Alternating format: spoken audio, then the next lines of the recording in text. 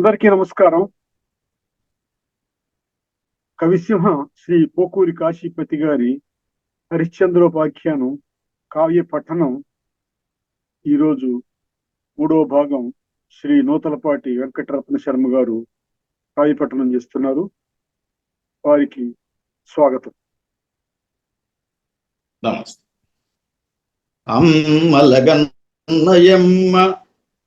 ముగురమ్మల మూలపుటమ్మ చాలా పెద్దమ్మ సురారులమ్మ కడుపారడి పుచ్చినయమ్మ తన్నుల్లో నమ్మిన వేల్పుటమ్మల మునమ్ముల నుండెడియమ్మ దుర్గమాయమ్మ కృపాబ్ధిచ్యుత మహత్వ కవిత్వ పటుత్వ సంపదల్. ఆ పట్టణంలో ఉన్నటువంటి ఏనుగుల గురించి, గుర్రాలని గురించి కొంత చెప్పిన తర్వాత ఇవాళ దానికి కొనసాగింపుగా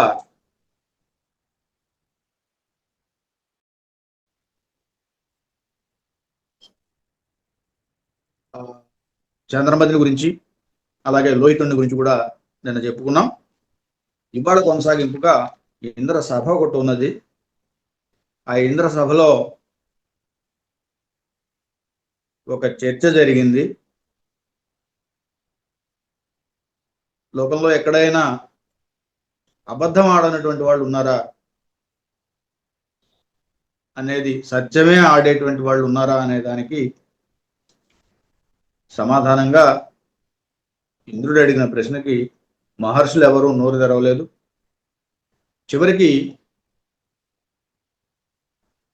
వశిష్ఠుడు మాత్రము లేచి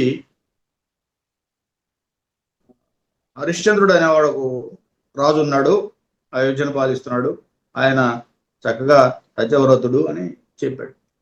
దానికి విశ్వామిత్రుడు అడ్డుకున్నాడు.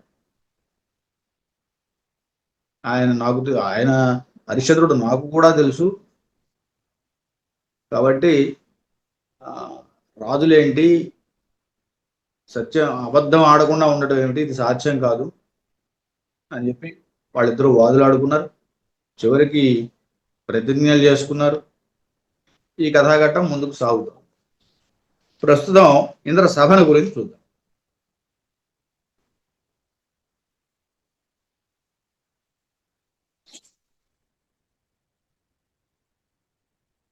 ఇందులో మొదట హరిశ్చంద్రుడు గురించి చెప్పాడు, తర్వాత చంద్రమతి గురించి చెప్పాడు, అలాగే లోహితుని గురించి కూడా చెప్పాడు. అక్కడ ఒక 2 పద్యాలు ఉన్నాయి, అవి చూసుకుని ముందుకెళ్దాం. ఒడయనక 5 తలలై కొడుకునకొకటెచ్చ చకగొట్టెడు సత్తిన్ గడలుకొని సంతసిలు నెల ఎడదా లోహితుని దొడ్డ ఎదకనుగొనియన్. ఒడయనక 5 తలలు. వడయుడు అంటే ప్రభువుకు 5 తలలు. ఎవరా ప్రభు? కొడుకునకు ఒకటెచ్చన్. 5 తలల ప్రభువుకి ఒక కొడుకు, ఆ కొడుకుకి ఒక తల హెచ్చుగా ఉందట. 6 తలలు ఉన్నాయి. ఎవరు ఇప్పుడు అర్థమై ఉండాలి. 5 తలలు ఉన్నటువంటి వాడు శివుడు, పంచముఖుడు. 6వ తల ఉన్నటువంటి వాడు, 6 తలలు ఉన్నటువంటి వాడు కుమారస్వామి.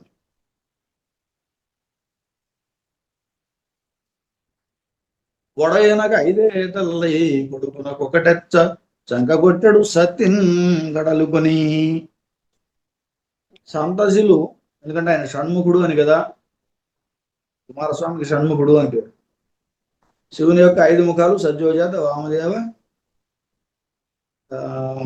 సజ్జోజాతము, వామదేవము, అఘోరము, తత్పురుషము, ఈశానం. ఈ 5 ముఖాలు. ఆయనకి 5 ముఖాలు ఉన్నాయి, కుమారస్వామికి 6 ముఖాలు ఉన్నాయి. అలా ఆనందపడేటువంటి శక్తిని, పార్వతీదేవిని పోలి ఈమె కూడా సంతసిలు నెల ఎడదా లోహితుని దొడ్డ ఎదకనుకొని. ఈ చంద్రమతి కూడా ఆనందపడుతూ ఉందట. ఎట్లా? తన కుమారుని చూసుకుని వాళ్ళకి సమానంగా. ఎలా అంటే ఇతను ఇక్కడ చంద్రమతి అనే దానికి ఒక విచిత్రమైన పదం వాడాడు, నెల ఎడద అని వాడాడు. నెల అంటే చంద్రుడు, ఎడద అంటే హృదయం, మది. చంద్రమతి, నెల అంటే చంద్ర, ఎడద అనే దానికి మతి, చంద్రమతి. ఇలా వాడాడు ఈ పదాన్ని, నెల ఎడద. సాధారణంగా దీన్ని ఇట్లా అర్థం చేసుకోవడం, దీన్ని ఇట్లా విడదీయటం చాలా కష్టం అవుతుంది. మనం ఏమనుకుంటాం, నెల అంటే చంద్రుడు అనుకుంటాం, మహా అయితే. ఎడద అంటే హృదయం అనుకుంటాం. ఈ అర్థంలో పోసగదు, ఈ వ్యాఖ్యకి సరి. దాన్ని సరి చేసుకోవాలంటే నెల ఎడద అంటే చంద్రమతి అనేది మనకు స్ట్రైక్ కావాలి. ప్రభు అయిన శివునికి 5 తలలై, కొడుకైనటువంటి షణ్ముఖునికి 6 తలలై, ఈ రకంగా అతిశయించేటువంటి శక్తిని మించి చంద్రమతి తన లోహితుని యొక్క మంచి హృదయాన్ని చూసి ఆనందిస్తోంది అని. అంటే దాదాపుగా కుమారస్వామి లాగా లోహితుడిని పోల్చాడు. సౌరుగల్గినట్టి చౌదంతి స్వామికి తారకొడయుడ నగదగిన జోదులీల గడనగల హరిశ్చంద్రునకు నిజోగి అనదనరే సత్యకీర్తి. ఈయనకి సత్యకీర్తి అనేవాడు ఒక మంత్రి. వాడు ఎట్లా అంటే దానికి ఒక చిన్న పోలిక. చౌరు కలిగినట్టు చౌదంతి స్వామికి, చౌదంతి స్వామి ఇంద్రుడు, చౌదంతి స్వామి అంటే ఇంద్రుడు. ఎట్లా అంటే చౌదంతి అనే దానికి అర్థం ఐరావత, ఐరావత ప్రభు అనమాట. ఆయన ఇంద్రుడు. ఆయనకి తారకుడు ఎట్లా అయితే సేనాధిపతి, కుమారస్వామికి అక్కడ ఇంద్రుడికి సేనాధిపతిగా ఉండి తారకుడిని సంహరించాడు, తారకాసురుడు. కాబట్టి ఆ విధంగా ఇక్కడ కూడా ఈయనకి ఒక మంత్రి ఉన్నాడు. ఎవరయ్యా అంటే ఆయన పేరు సత్యకీర్తి. ఈ రకంగా ఆయన మంత్రిగా ఉండగా అందరికీ కూడా హరిశ్చంద్రుడు తల్లి, తండ్రి, ప్రభు ఆయన చక్కగా పరిపాలిస్తూ ఉన్నాడు. ఇది ఈ హరిశ్చంద్రుడు వృత్తాంతం. అక్కడ స్వర్గంలో ఇంద్రసభ జరుగుతోంది. ఇంద్రుడు వచ్చాడు. ఇదిగో దానికి సంబంధించినటువంటి ఒక ఘట్టం. జలతారునే తను కలిగిన నును సన్న జిలుగును తుంటి హొయలుగా గట్టి రతనాల నుండియు రాణించు హొన్ను నగలు జానుగులను చేతులను దాల్చి అగలు వడలు అంతట నలది ఉత్తుకన నెసంగు కరణి నాని సరులనూని ఇగ నలరుల దండలొగి చుట్టి సొగసగులీల కడాని చేకోల నెనసి ఉద్దిలేనీగిరా హద్ను గద్దెయందు చిచుగుది దారియును రక్కసి జడిరేడు రారాజు సెగ కంటి కొలుచుచుండగాను తన రారెవు డోలగాన నుండి. ఇక్కడ జలతారు నేతను కలిగిన నును సన్న జిలుగును తుంటి హొయలుగా గట్టి, చక్కగా ఓ సన్నని జలతారు నేతతో నేసినటువంటి ఒక సన్నని వస్త్రాన్ని చక్కగా కట్టుకున్నాడు అని.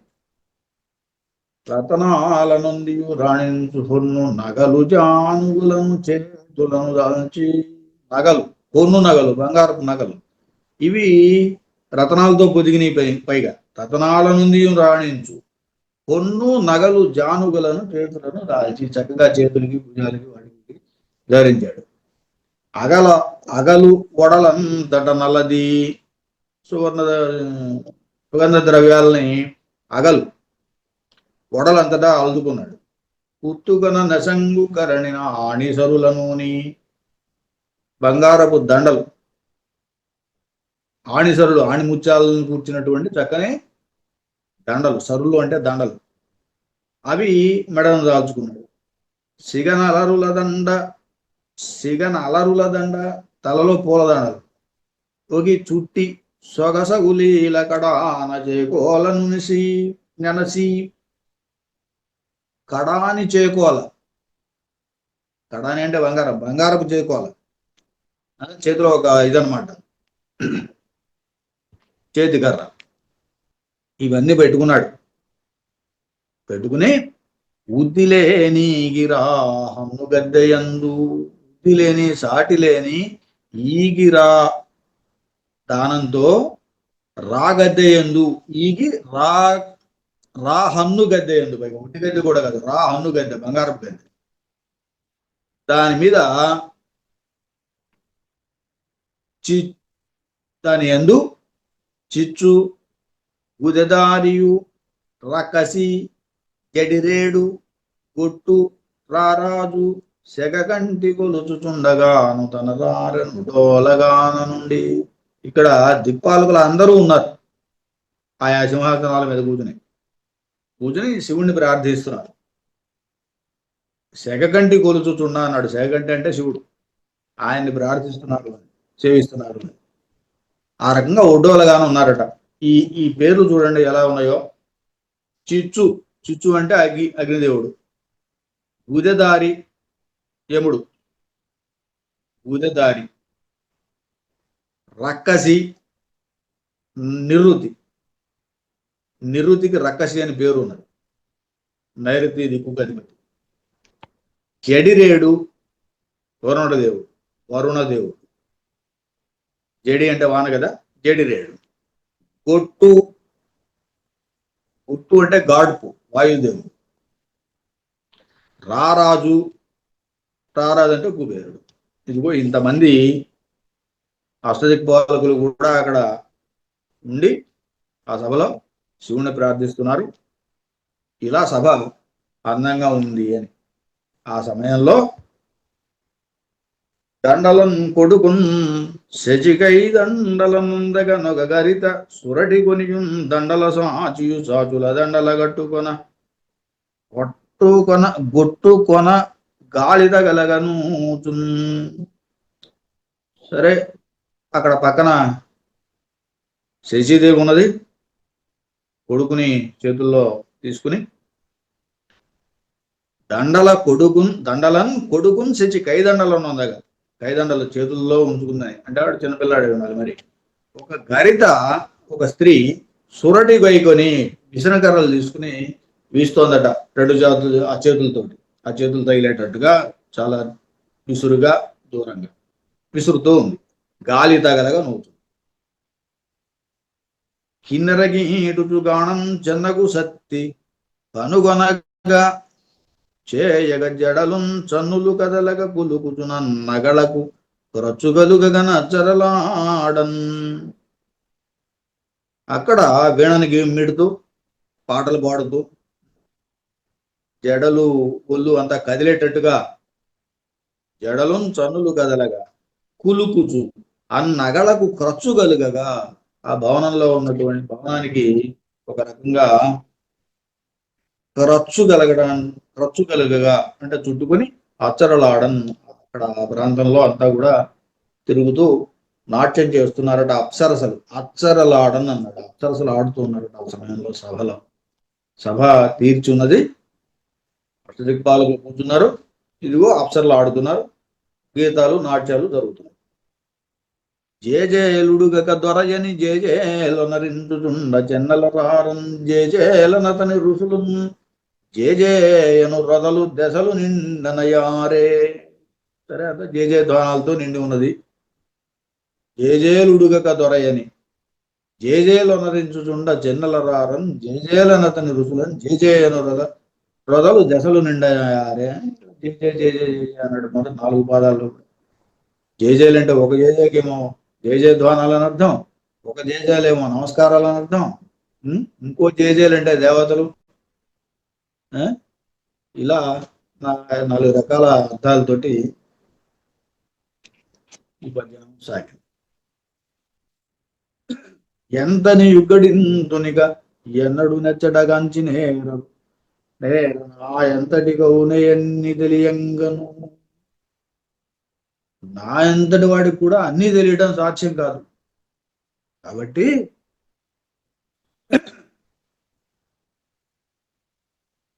చేయగ ఇన్ని ఏల చౌదంతి గలాడు దీనికే కదా జత కన్నుల జూట్కి చాలక అంతిందనరాగనోచుకొనె నెక్కుడు కన్నులకు లేక ఎట్లకు.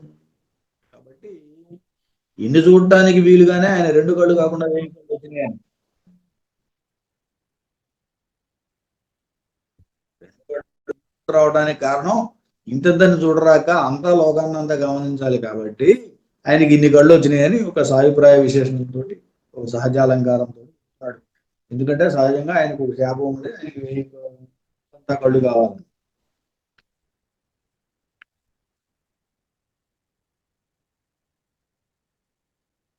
అటు కలిగిన ఎరిగిన్ కాంచుటకే గద కూడును తినుచుండుట నిగుంచుట లేక ఏజేలుట. అటు కాకున్నచో కనులు నిలుచునే. అక్కడ ఉన్నటువంటి వింతలు చూడటానికే కదా తిండి లేకుండా ఉండటం, అలాగే కళ్ళు మూయకుండా ఉండటం. ఈ రెండు దేవతల యొక్క లక్షణం, దేవతల సహజ లక్షణం. వాళ్ళకి నావు కళ్ళు మూసుకోవు, ఆకలి ఉండవు, ఇలాంటివన్నీ చూద్దాం దేవతలకి. దేవతల సహజ లక్షణాలు. వాళ్ళని గుర్తుపట్టాలంటే ఇలాంటివి చూసే గుర్తుపట్టాలి. అది మనకు ఎక్కడో దమయంతి స్వయంవరంలో కనిపిస్తుంది కట్ట మీద. దేవతలు నలుగురు కూడా నలుళ్లాగా వచ్చినప్పుడు దమయంతి అలాంటి లక్షణాలనే గ్రహించి అసలు నలుడిని గుర్తుపడుతుంది. అలాగే దేవతలకు ఇలాంటి లక్షణాలు ఉంటాయి. వాళ్ళకి అనిమేషులు అనే పేరు కదా. వాళ్ళు కళ్ళు మూసుకుంటారు, ఎప్పుడు వాళ్ళకి కళ్ళు మూతలు పడవట, తెరిచే ఉంటాయి. ఇది సహజ లక్షణం. దాన్ని కవి ఎలా చెబుతున్నాడంటే అక్కడ కలుగుతున్నటువంటి వింతలను చూడటానికి కళ్ళు తెరుచుకుంటున్నారు ఎప్పుడు అని.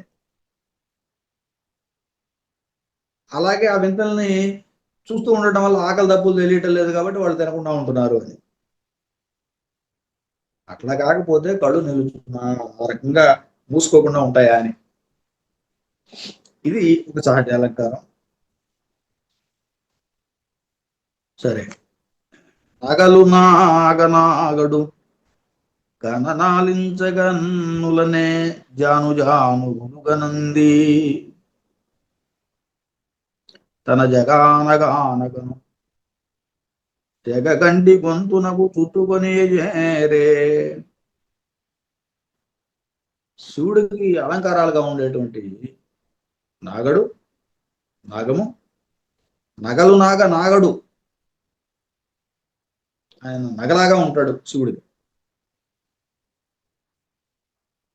ఆయన ఎందుకుంటున్నాడు అంటే ఇదిగో ఇలాంటివన్నీ చూడటానికే. తన జగాన గానకను, తన జగంలో, పాములోకంలో, పాతాళంలో ఇవి ఉండవు కాబట్టి సెగకంటి గొంతునకు చుట్టుకొని ఇక్కడికి ఏరాడు. సెగకంటి గొంతునకు చుట్టుకుని ఇక్కడికి వచ్చాడు ఇవన్నీ చూడటానికి అని. సహజంగానే ఆయన గుర్తుకుంటాయి. అవి ఎందుకున్నాయి అని చెప్పడానికి ఒక కారణం ఒక ఒక అలంకార రూపంలో చెప్పాడు. ఇంత సొగసు నెడదకెంతయో నుసులును చూచుచుండగలుగుచుండు కథనగాదే నెల ఏలికలు దొడ్డ జనాలు కరీనికి చేరగోరి. సరే, ఇంద్ర పదవి కోసం, ఇందులో ఉండటానికి కోసం రాజులంతా కూడా ఈ వైభవాన్ని చూసే కదా అట్లా యజ్ఞాలు చేస్తున్నారు అని. కరీయునికి చేరగోరి, కరీయునికి ఇంద్రుని యొక్క ఉనికి. ఇంద్రుని యొక్క ఉనికి అంటే స్వర్గం. దాన్ని చేరడం కోసం నేల ఏలికలు దొడ్డ జనాలు చేస్తున్నారు కదా అని. నేల ఏలికలు అంటే ప్రభువు, దొడ్డ జనాలు అంటే దొడ్డ జనాలు, యజ్ఞాలు. 100 యాగాలు చేస్తారు, 100 శతయాగాలు చేస్తుంటారు కదా. దానికి ఇది ఇంద్రలోకాన్ని పొందడానికి. ఇట్లు కనులకు తిరునాళ్ళు ఎట్లుగా నురళించుగరి వర్ణించగరి కనుగొని సంతసించి ఏ జగమైన కసటును కలలేని రేడుగలడాయని రుచులతోని. ఇలాంటి సభలో ఆనందంగా ఉన్న సమయంలో ఆయన ఒక ప్రశ్న వేశాడు. కనులకు తిరునాళ్ళలాగా ఉందట. అలాంటి సందర్భంలో ఆయన ఒక ప్రశ్న వేశాడు. ఏమిటంటే జగంలో ఎక్కడైనా, ప్రపంచంలో ఎక్కడైనా సరే కసటు కళలు లేనటువంటి వాళ్ళు ఎవరైనా కసటు కళ్ళలు లేనటువంటి వాళ్ళు ఇలా ఋషులను అడిగాడు. అప్పుడు వాళ్ళు ఇలా ఋషులతో అడిగితే ఋషులు ఏం చేశారు? ఎవరు మాట్లాడలేదు, దానికి సమాధానం ఏమి చెప్పలేదు. చూడండి, కొండలకు మూల్చిన రాయడిట్టులని నన్ను కూర్చుండు నాయత్రి ఆ శాండిల్యుండును నెల చూచు సుకుడే చాయోగనుంగా ఎగస్చుండు నెతిని గోటగీరుకొను సూతుండున్ కనుల్ నల్చు ఆ కౌండిల్యుండును గెలనంది రుదురాగల్దండ లెక్కించ లెక్కించు అహాని లెక్కించును లెక్కించు అహ. ఇలా కొండలు కూల్చిన రాయుడు అంటే ఇంద్రుడు ఇటులని నన్ను కూర్చుండు నా అత్రి, అత్రి మాట్లాడకుండా కూర్చున్నాడు. శాండిల్యుడు నేల చూచును, ఆయన కూడా ఏం మాట్లాడలేదు, నేల చూస్తూ కూర్చున్నాడు. శుకుడు ఏచాయో కనుంగా కను, ఆయన ఏ ఛాయనో చూస్తున్నాడు, ఏదో దిక్కు చూస్తున్నాడు. అగస్త్యుడు నెత్తిని గోట గీరుకొను, అగస్త్యుడికి ఏమి తోచలేదు, ఆయన నెత్తి గీరుకుంటూ కూర్చున్నాడు. సూతుండును కనులు నలుచు, సూత మహర్షి ఆయన కూడా కన్నులు నలుచుకుంటూ కూర్చున్నాడు. ఆ కౌండిల్యుడును కేలనంది రుద్రాకలదండ లెక్కించు, ఆయన ఉన్నాడు కౌండిల్యుడు, ఆయన చేతిలో రుద్రాక దండలు తీసుకుని జపం చేస్తూ కూర్చున్నాడు. ఇలా ఎవరికి వాళ్ళు ఈ ప్రశ్నకి సమాధానం చెప్పలేదు, మౌనంగానే ఉన్నారు. నారద సైగజేసే తొలినంగల నాగుల టెంకి చూలిదా నారయగా ఎరుంగక అహల్యదొరన్ తొడగిల్లే ఆదడు నేరక రేణుకేలిగను నే గెరుగాయనే తాను శౌనకుంజేరియు ఎట్లనెన్ తెలియజేయగనేరిగి తోచకుండుటన్. ఇక్కడ నారదుడు సైగ చేశాడు. తొలినంగల నాగుల టంకి చూలి తాన ఆరయగా నెరుంగక అహల్యధరంతొడగిల్లే. అహల్య దొర గౌతముణ్ణి తొడగిల్లాడట. నువ్వైనా చెప్పరా బాబు, ఏమిటి జరిగింది, ఎవరన్నా ఉన్నాడా అని. ఆతడున్నేరక రేణుకేలికను నీకెరుకాయనే, ఆతడు ఏం చేశాడు? రేణుకేలిక జమదగ్ని ఆయనని నీకెరుక అని అడిగాడట. తాను శౌనకం చేరియు ఎట్లనెన్, ఆయన శౌనకుని అడిగాడు, ఏంటి ఏమైంది, ఎవరన్నా ఉన్నారా, ఎవడం తెలుసా అని. తెలియజేయగనేరికి తోచకుండుటని. ఈ రకంగా మహర్షులందరూ కూడా ఎవరికి వాళ్ళు ఒకళ్ళ మొహాలు ఒకళ్ళు చూసుకుంటున్నారు, ఒకళ్ళనొకళ్ళు పలకరించుకుంటున్నారు, ఎవరన్నా ఉన్నారా అని చూస్తున్నారు, కానీ ఎవరు వాళ్ళకి సమాధానం దొరకలేదు. ఏరిగిని తోచకున్నంత ఏరినట్లు ఒంటి చూట్కి గలానితో ఒంటి లేచి సతి తండ్రికి జతగాదు సతి తండ్రి తీయనడుగులతో అదీయదొడగే. అప్పుడు విశ్వామిత్ర ఆయన వశిష్ఠ మహర్షి లేచాడు. సతీ తండ్రి, సత్తి అనే శక్తి అనేది ఆయన కుమారుడి పేరు. సతీ తండ్రి అంటే వశిష్ఠుడు. ఆయన లేచాడు. ఆయన ఎలాంటి వాడు అంటే సతీ తండ్రికి జత కాదు అన్నాడు ఆయన.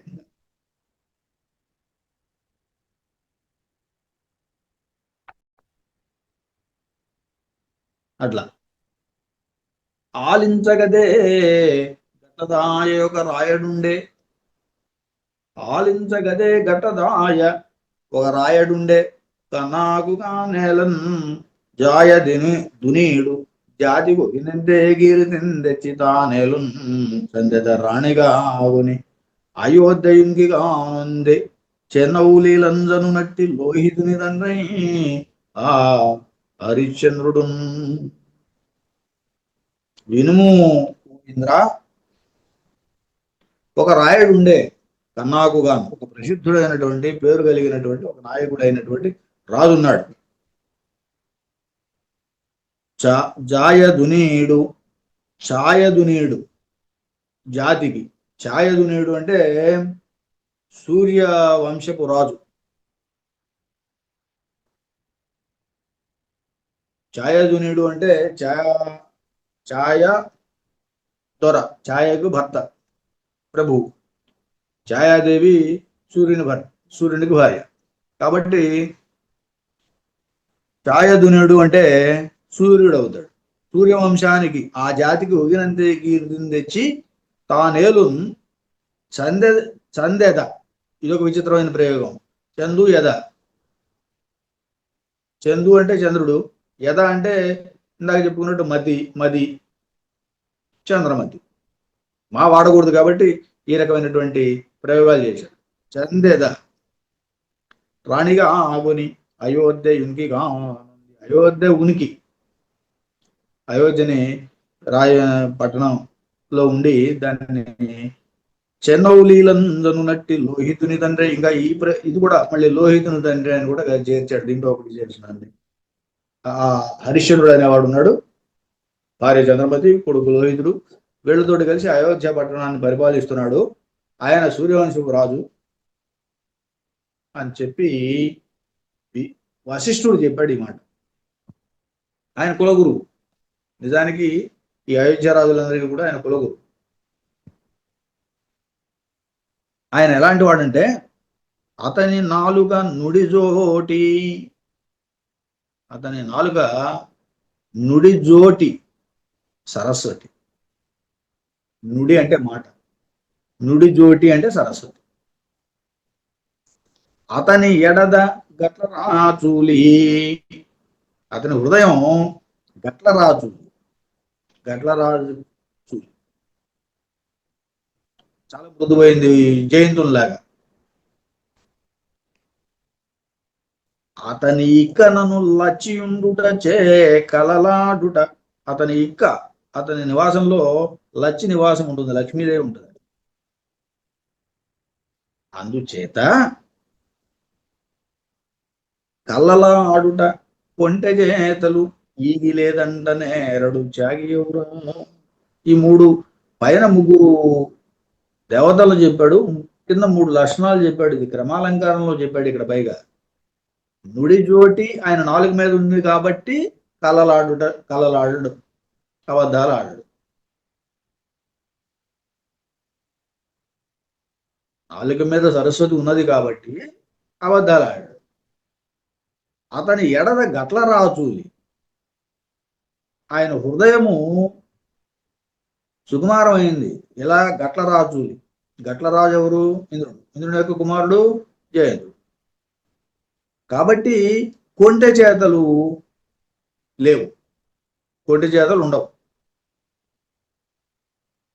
అతని ఇక్కనను లక్ష్మి ఉంటుంది చేత, అతని నివాసంలో లక్ష్మీదేవి ఉంది కాబట్టి ఈగి లేదంట నేరం. ఈగి అంటే దానం. దానం చేయడం అనేది, దానం చేయనని అనడు, చేయకుండా ఉండడు. ఇలా త్యాగి ఎవరా, గొప్ప త్యాగి అని చెబుతోంది. ఈ పై మూడుకి కింద మూడు గుణాలు కూడా క్రమాలంకారంలో చెప్పబడ్డాయి. ఎసగగా కుత్సుడనరుణుడు సూతరాజులు ఆ అయోధ్యకు నెలికి రైరిగాని ఇంతగా నాయకారులౌడరుగని ఇతని జగాలుగిని రేడుగని నలేరు. అంతకుముందు సూర్యవంశరాజులు కొంతమంది కాకుసుడని, అనరణ్యుడని, సుతరాజు అని ఇలాంటి వాళ్ళు పరిపాలించారు. కానీ ఇంతటి నాయకారులు అవుట ఎరుగను, ఇతనికైనా జగాలుకి ఈరేడుగానే లేరు. ఇంతటి నాయకారుగా వాళ్ళని తెలియలేదు. వాళ్ళని మించినటువంటి నాయకారు ఇతను. అయితే ఇలాంటి వాడిని ఈరేడు జగాలలో కూడా లేరు. ఇంతటి నాయకారి ఈరేడు జగాలు, ఈరు 7, 2 14, చతుర్దశి భువనాలని కదా, 14 లోకాల్లోనూ లేవు. 14 లోకాల్లో కూడా లేడు. అలా లేడు అని చెప్పడం. ఈ 14 లోకాలు కూడా మనందరికీ తెలుసు. ఊర్ధ్వలోకాలు 7, అధోలోకాలు 7. అతల సుతల విత్తల అర్థ రసాతల తలాతల పాతాళ, ఇది లోకాలన్నీ చెబుతూ ఉంటాం కదా. అవి అధోలోకాలు. భూర్భువస్వః అని చెబుతుంటాం కదా. భూర్లోకం, భోర్లోకం, స్వర్లోకం, మహాలోకం, జనలోకం, తపోలోకం, ఊర్ధ్వలోకం. మొత్తం మీద 14. ఈ 14 లోకాలు గాలించి ఎదిగినా కూడా మీకు ఇలాంటి వాడు కనపడడు అని చివరి పద్యంతో పూర్తి చేద్దాం. సత్యనాయన జోడు దిట్టకు జానకందుని చేతిలో సత్యనాయనుగైన కోలలు చాలా గల్గియునేత్తరం సత్యనాయను గూల్చుదాయల సాటి లేరని హెచ్చుగా సత్యనాయన గట్ల గొంగకు సారె సారె కనందనం. ఇది చంద్రవైవిధ్యం మత్తకోకిల. సత్యనాయన సత్యనాయన అనే పదం 5 అక్షరాలు ప్రాస. 5 అక్షరాలు ప్రాసతోటి 4 లైన్లోనూ అదే వాడాడు, సత్యనారాయణ సత్యనారాయణ అని. 4 సార్లు 4 రకాల అర్థాలు ఉన్నాయి. ఈ పద్యాన్ని రేపు చదువుకుందాం. స్వస్తి.